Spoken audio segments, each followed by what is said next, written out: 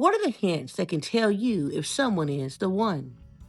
Most people think of an intense chemistry or fate, but human behavior tells a different story. We have examined the research to find the signs that can predict lasting love. We will walk through these hints that are often quiet and easily overlooked. Don't forget to stay to the end because the final hint will completely change how you find love. Hint 1. You feel emotionally safe with them. One of the clearest signs someone may be the one is emotional safety. The sense that you can fully be yourself, that you don't feel like you're constantly walking on eggshells to keep the peace.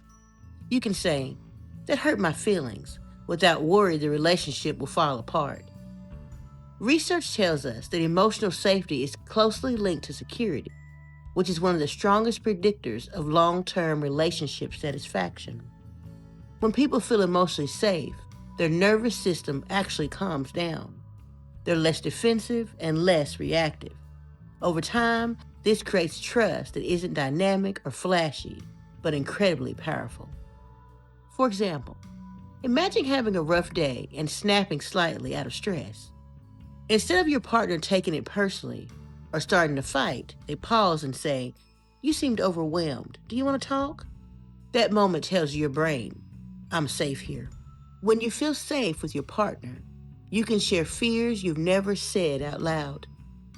If they listen without judgment, that is how emotional bonds deepen. And here's where it gets interesting. Emotional safety doesn't mean the relationship is calm all the time. In fact, the next hint explains why some conflict actually predicts stronger love. Hint number 2. Conflict leads to understanding, not distance. Every couple argues. That's not the issue. The real question is, what happens after the argument? Do you feel closer and clearer, or more distant and disconnected? Research by relationship expert John Gottman shows that successful couples don't avoid conflict. Instead, they are skilled at facing and fixing it. That means arguments eventually lead to understanding, compromise, or reconnection, even if things get messy along the way. For example, a disagreement might start over something small, like plans changing or feeling unappreciated. In healthy relationships, that argument eventually turns into, "Okay, I see why that mattered to you," rather than, "I need to win this." Even if emotions are running high, there is still a sense that the relationship itself is important enough to last through the conflict. But when issues lead to stonewalling and silent treatment, something deeper is happening. One person often starts holding back, not because things are fine, but because they don't feel safe enough to speak.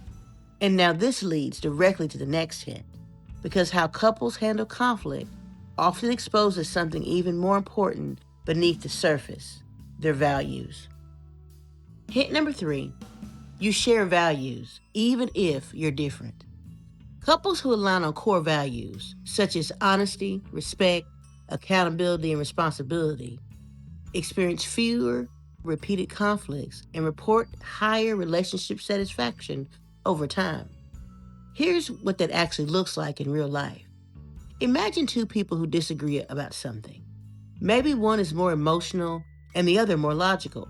They argue about decisions, communication styles, even how they spend their time. But when things go wrong, people value accountability. So instead of blaming each other, one says, "I shouldn't have handled it that way." And the other responds, "I could have communicated better too." The argument ends with understanding, not scorekeeping. Now, compared to a couple that shares a lot of interests but not values. They love the same shows, they travel well together, and get along when things are easy. But when conflict comes up, one person values emotional openness and repair, while the other avoids discomfort and shuts down. The same issues resurface again and again, not because they're incompatible people, but because their values about communication and responsibility don't match. That's why shared core values matter most when life gets stressful.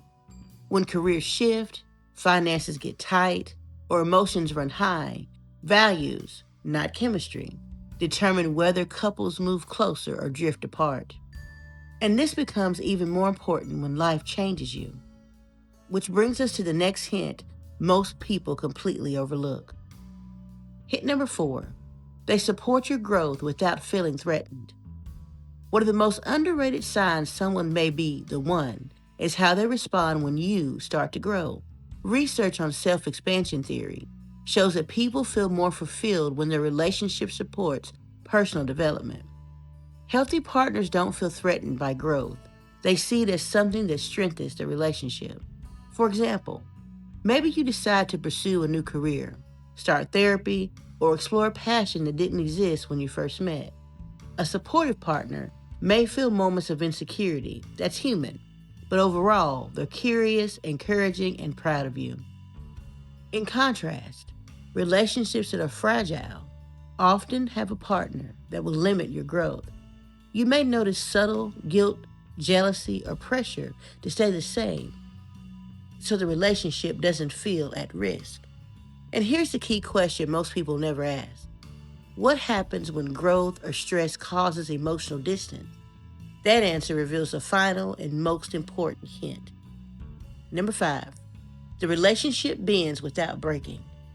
No relationship stays emotionally connected all the time. People get distracted, overwhelmed, or they unintentionally hurt each other.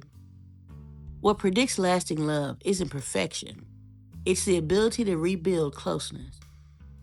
Research tells us that small moments of reconnection are what protect long-term relationships. Apologies and reassurance help reset emotional closeness. Those moments don't look dramatic, but they do quietly determine whether or not a relationship survives stress. Imagine a moment where one person feels ignored or misunderstood.